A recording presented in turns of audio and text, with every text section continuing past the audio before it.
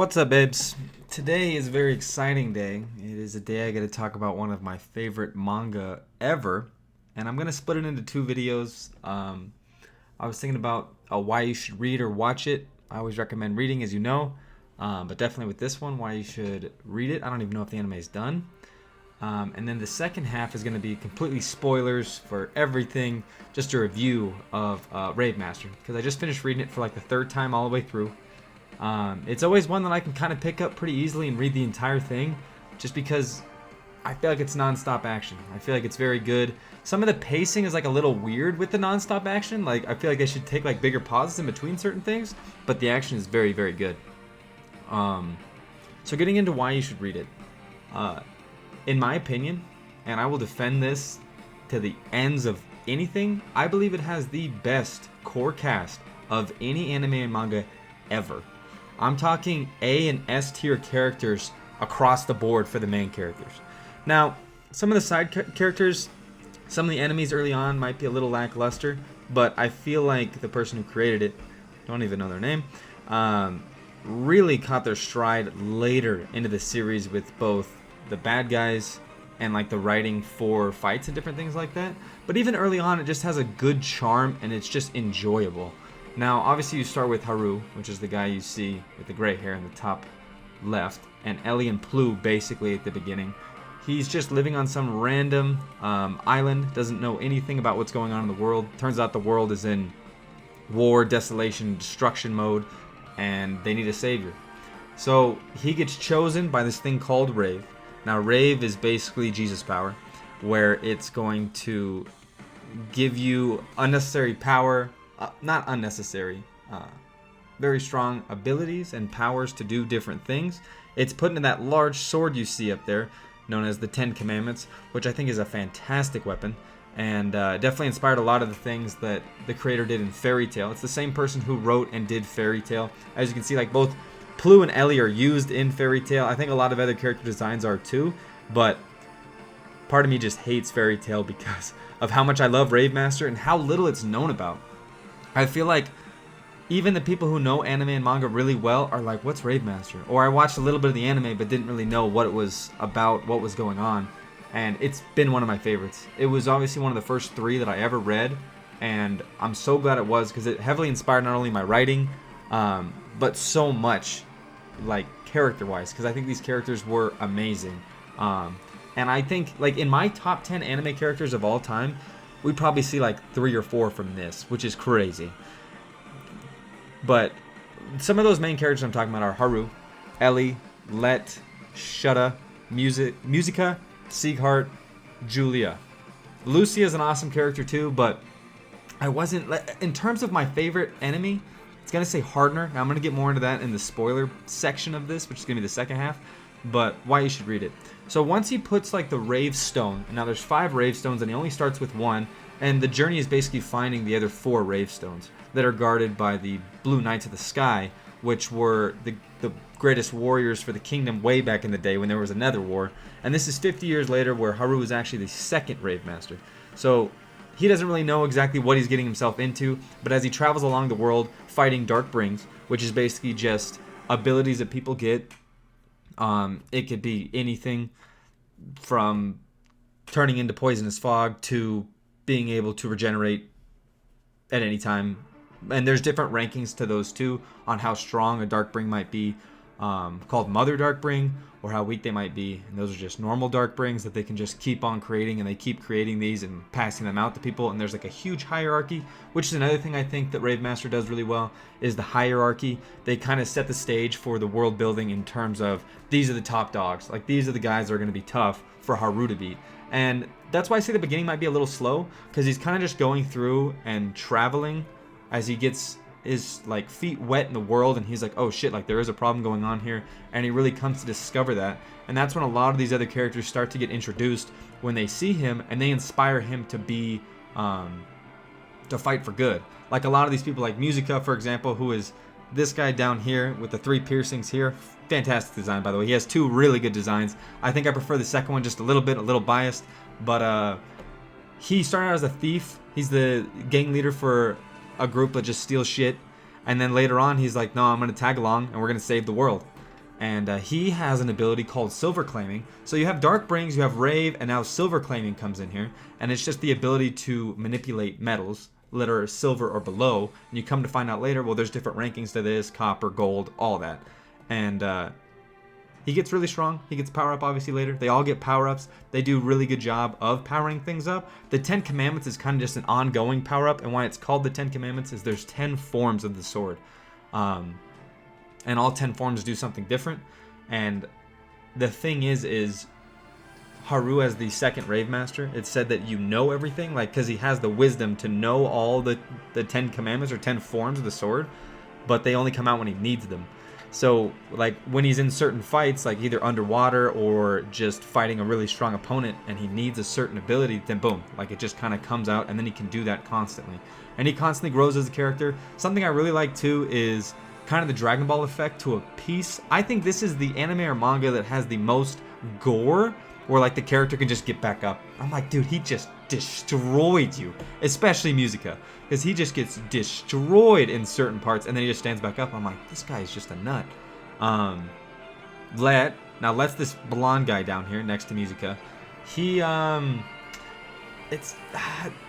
character that starts as an enemy, and what I love about his character, I'll talk about more in the spoiler section of this, but he is an amazing character. Just combat ability. He has a different race to it too, and they do tackle like racism and different like big topics in this, which I really, really like. Like I said, they get into writing much better villains later on in the series. I know people kind of start and it's like a little slow, and I will agree that maybe it is a little bit slow, but it's kind of like it's fun. And then they really start to get serious once they realize what they're doing. Because even the main character, like I said, he grew up on an island where he doesn't understand this is happening. And then he understands, like, oh, like, I need to save the world. And if I don't, everything's going to go to shit, so to speak. So he does that, slowly changing people's hearts throughout this time. Finding lost loved ones that he never knew existed in the world. And it's just a very emotional journey. It's a fun journey of Ellie, for example, another great character. She's trying to find her memory. Now, as soon as she meets Haru, she has no memory of anything. So her goal in this entire journey is to find her memory. And come to find out that her memory has something very integral to the story as a whole. And that is definitely very interesting. Plus, that little guy you see up there, if you watched Fairy Tail, you know him because he's the exact same character in that. Now, in this one, he is a Rave warrior. He is a warrior who fights basically more defense, and he's able to destroy Dark Brains with his nose. So like that's kind of a weird plus. It doesn't play like too big of a role, but I will say that it does play a role in different things. Now Sieghart, I'm going to talk about a ton in the spoiler section, but he has what I believe to be one, if not the best, and also my one, if not my favorite character in this series, but one of the best character development full circle that I've ever seen in anime. And I really love it, and it's very, very good. So I really think that you should read this. Now, you can't watch it. A lot of people will be like, yeah, I watched it. The pacing on that's not as good. It's very fast to read it. You go from one arc to the next arc like very, very quick. The transitional periods are not very long. Like, not very long. They get into one thing after another, after another, after another, until the end of the whole series. They introduce bad guy after bad guy after bad guy. And like I said at the beginning, you see a much faster pace of this, introducing bad guys that are kind of like small fry at the beginning, and then they kind of get beat up. Or the classic where the hero has like a nerf going into the fight, and then he has to like overcome that to beat the small fry. But then you get into really hard dudes that they have to fight, called the Ocarina? I say Ocarina, but that's definitely not it. The Ocarion 6, which is the 6 strongest members of the bad guy force, which is called Demon Card, which I love the backstory of that, because it was originally Demon Guard, where the king would defeat demons, because demons are a thing, and like I said, there's a lot of different races, would defeat demons, and it was Demon Guard, but somebody accidentally wrote it up as Demon Card, and then they got named that forever. But there's very emotional flashbacks, there's very memorable characters, great fights, and an awesome power scaling system. Now, it does get a little complex like the further you go into it, but like I said, I've read it 3 times, and what I'll get into more in the spoiler section is the very end. I used to not be that big of a fan of, but after finishing this time, I was like, that's kind of how it had to end. Like, that's kind of how it needed to end. So that's why you should read it. I think it's really, really good. I think they do a lot of things very well. And like I said, characters carries it. Absolutely carries it. The fights and the action, if you like that, that's going to be what you're going to look for. But the characters are just too good. They're so good that they carry the story in more ways than one. So now let's get into the spoiler part. So I'm going to give you guys a second. I'm going to take a swig of my water. Get out of here if you do not want to get spoiled, because I'm going to spoil everything in here in a second. You're gone? Okay, good. So let's talk about arcs and different things and why I love it. Now, I think the first like really good arc is with Doryu and Ogre. I think seeing Musica and Reina team up was amazing. They kind of power scaled really quick, but I love just that entire like sequence together. And plus, when everyone gets their like fortune read to them by I forget his name, the sage guy with the Najikama, I forget his name, but one of those like little guys that just hang on the walls. And Musica realizes that, and he realizes that this girl that he's in love with, and it's so sad because I think that's one, if not the saddest part of the whole series, is watching him fall in love only to watch that loved one die immediately. And they both fell in love, and it was beautiful because they had to have that trust bonded together in order to beat a guy who was pretty broken. I mean, he's on the same level as Doryu. I would say Doryu is a little bit stronger just because of things we find out about him later, him actually being like, I think he was a demon king. He was a demon king, yeah. So, and that brought the next part of the story in with I forget the big fiery dog's name, but he's like, Doryu lost? And when you see Haru lose for the first time, amazing. I love seeing him just get destroyed, and he should not have lived that. Like when Pollo, when why am I forgetting your name? I want to say Plu, but that's not it. When the boy, what's the penguin's name? My God. I love that character, but his ending was not good. Ruby. I wish Ruby kind of had a little bit of a better ending. Not really, but I liked his part in the story and what he like needed to do. But the end, he didn't really do much. I feel like they could have made him full circle, but he didn't really. Now getting into Siegheart, I'm going to talk about Siegheart here for a little bit. Probably my favorite character of the whole series. Whenever I read his sections, I always think about like where he goes from there. Because at the beginning, all he wants to do is kill Ellie. Etherion is a problem, and he needs to stop it to save time. And that's kind of like what he does. And what I love about that is when he returns back to his village, Meldesta. See, I just read it. I got all the names down, I guess, except Ruby. But when he returns and Nebel's like, nobody's changed, man. It's you that's changed. The outside world has affected what you have done. And so when he goes from wanting to kill Ellie to protecting them and understanding that Rave needs to save the world, to then coming back and trying to get the last Mother Dark Ring, which Shutta tells him to do, because Shutta is like the GOAT up here. Like, he knows everything that's going on. He's very good at communicating, and he needs to save the day a lot of the time.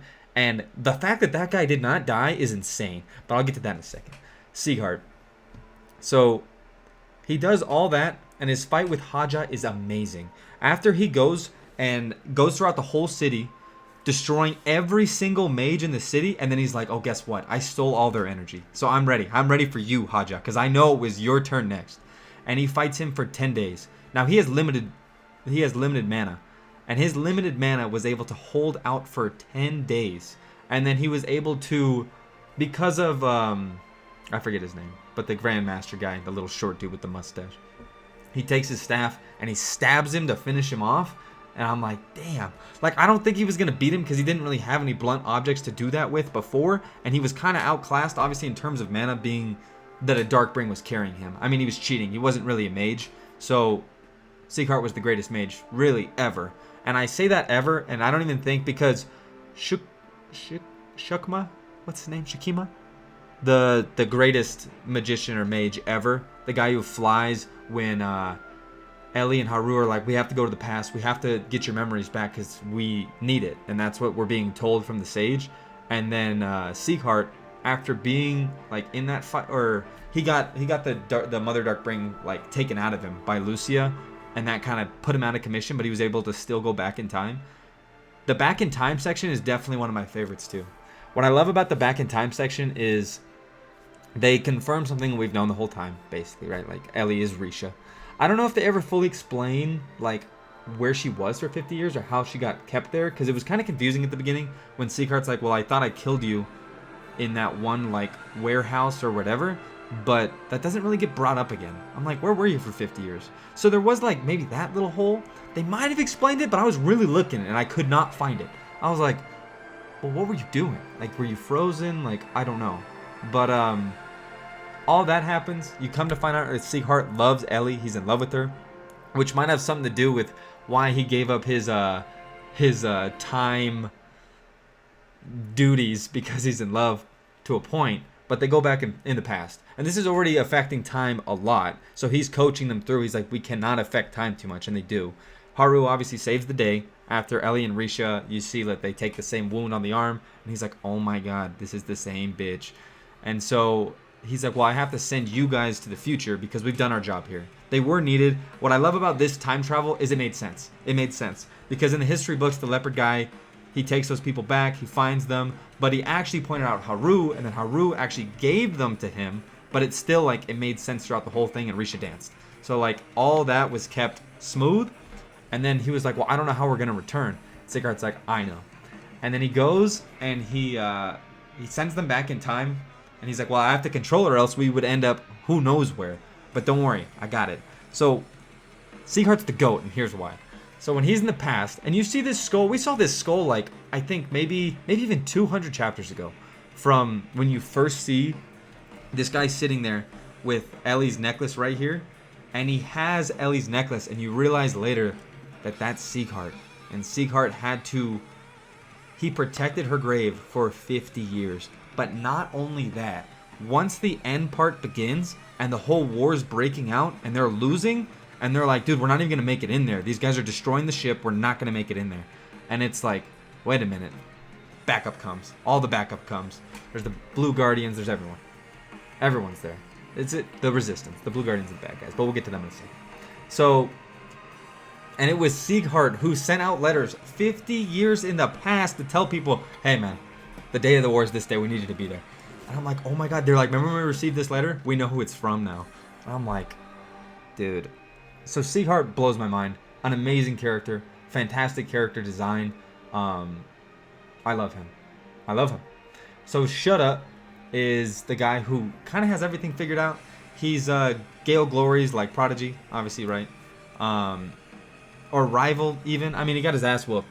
But Shudda's an awesome character who I don't know how he doesn't die when he cuts off his arm the first time with Haru, and then he comes back and he fights the king's like adopted son, who is pretty damn broken when you think about it. Like, he was a very like OP character, and Shudda still beat him. He's like, nah, I can't lose to you, and he beats him. And then after almost dying there, he almost dies when Haru activates the 9th form in that crazy fight against Lucia, which I think, in my opinion, beat their last fight. In my opinion, it did. It was like super epic with like the 9th form, and then they stop and they're just punching and kicking each other, and they're both just dying while doing it, and they let Endless out of Star Memory, which can be very confusing if you read it the first time, but after you read it a couple times, it does make sense. It's like, oh, it's all connected. That makes sense. They released him. They had to release him. It was part of destiny. Blah blah blah. But then Shudda basically dies there, and then he doesn't die. And then at the end, he doesn't die again when he should have died against the Fire Beast Demon King. And he kills him after like his skin basically burning off. And then this dude goes to cut off his arm again. He goes to cut off at the very end. I'm like, dude. And I forgot this time around. I was like, I forget. Does he do it? I was like, I'm pretty sure he doesn't. He's like, dude, you can't die. We made this pact that nobody dies after Sieghart because he already did his job. So he's like cutting off his arm. He's like, oh shit, you're right. And then he falls, and then he has to do the sword, and then he makes it up. And then he marries Haru's sister, so they are in-laws. But Shudda's an awesome character. He also has a fantastic, like, oh, I will defeat you for Demon Card 2. You're right. Rave is the correct way. Gale Glory was right. I just hate the name Glory, and I want to beat you guys. But he got the final sting in. He's sleeping with the daughter and the sister of the Glories. So, I mean, he kind of takes the dub in that one. I could talk about so many characters, but I love the... Gale Glory's an amazing character. I wish we got a little bit more of him, but it made sense. We got him just enough. He beats King. He bonds with Haru. But it's kind of bittersweet. And he ends and dies in the Tower of Din, which was great.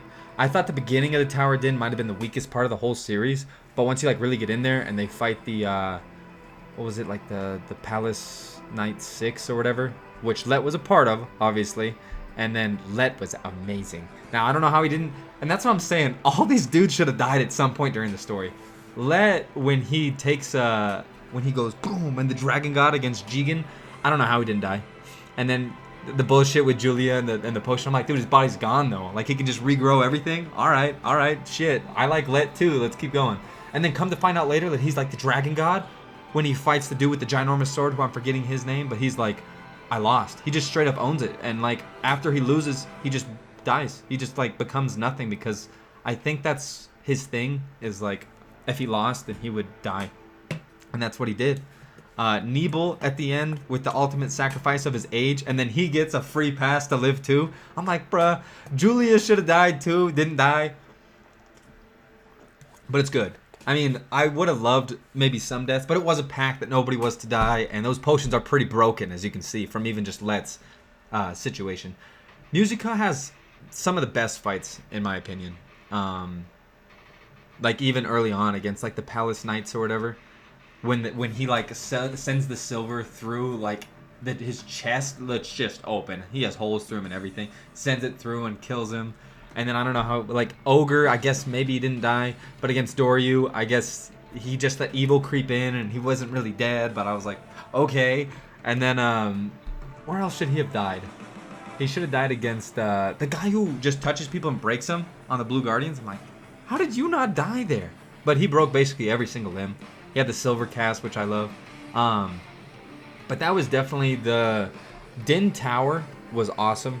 That's kind of what I was talking about One Piece last week, is how it spotlights like every main character. Like they all kind of get their spotlight. And then the main character like finally defeats the guy at the end, slowly collecting Rave throughout the whole thing. But the Blue Guardians might have been my favorite. I think Hardner is my favorite villain of Rave Master. Just because he kind of goes full circle too, and you can really tell with Rave Masters, like the Dark Brain is just poisoning people's minds. Because once that's out of the picture, these dudes are just normal dudes, like all of them. Like Jigen, he had a full change of heart after he got beat up. His Dark Brain was very broken, by the way. Let should not have won. Of course, he died later, and like there's a lot of people. There's a lot of like bad guys who die, but none of the good guys die. But talking about the Blue Guardians, I forgot what they were. What's the name of their six? The Six Guard. So the Six Guard was a pretty broken group. They were very good, except maybe the Koala to a point. Like he could keep getting better, but he wasn't as good as some of the other guys. I thought he has a bunch of different translations depending on what you see, but Sean or Sion got a little cheesed a little too early on, because I thought that guy's sleeping ability was pretty broken. Speaking of just getting cheesed and cheated, the Acid guy, the leader of the group, losing to Julia was his just desserts. I mean, I loved that. I loved that Julia won because they were in Makai, which is in the whole like other race area with a bunch of demons and stuff, and they went on a lot about race. And Hardner was a racist asshole, and he was like, it doesn't matter, we're gonna blow up, I'm gonna become one with Endless so I can forget this one memory. And I'm like, damn dude, you put a lot together just for this. His Dark Brain was hella broken. He had some awesome abilities. I loved his ultimate pain that he hit Let with. I'm like, Let, how did you live that, bruh? Yes. So every main character should have died multiple times, but they didn't. And that's cool, because I want to see them fight more, and then they did. But watching Hardner lose was like, I guess you're getting too tired, and he was trying to save Endless, so it was like kind of the perfect storm for Haru to win. And then Lucia pops out of nowhere, and he's like, well, guess what? I got a even better sword now. And then he just bops him. He's like, oh, you need to create another one. And the Musica should have died again when he made Revolt, which is the Sword of the World or whatever. Because the Eisen Meteor or whatever, Eisenmeyer, was not made for Haru. So he's like, I need to make a sword for you. And that was like at the very end, which is really cool seeing him forge that. I think forgery is really cool, especially somebody who has that background, even though he's never done it before. He got the book from his grandpa, and it's like, oh, like you guys already did this once, and now 50 years later the grandson's gonna do it, who is partners with Haru. And even rather old Musica admits, and he's like, you guys have a closer bond than I did with Shiba. You guys got it figured out. And the end was great.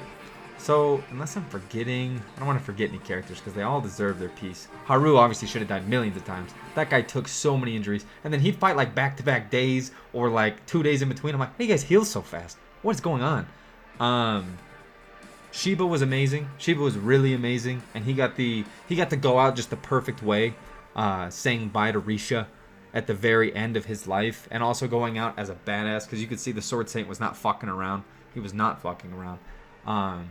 Doryu might be my second favorite villain, and then probably Lucia. But the reason I say it ended how it should have, obviously everyone wins their matchup when they were outclassed, outgunned by a lot, but they all win because they kind of had to. And then when Haru fights Lucia within Endless, and then obviously loses, or he wins, he beats Lucia, who basically gave up his entire body for this dream to destroy the world, to get back on the convergent world to what actually happened where everything is destroyed. And they bring that up, which was kind of like non-consequential at the time. It's like, who cares? Like, you're just going to destroy the world anyway. But he does beat him, and even at the end, Haru tries to save everybody. I mean, he's a very kind-hearted main character who gets bopped, destroyed, sliced up, beaten to death, but he always is just like feeling for the other person. He's like, you don't have to die here. But he had to die there. He hella had to die there because he was not looking like a human anymore.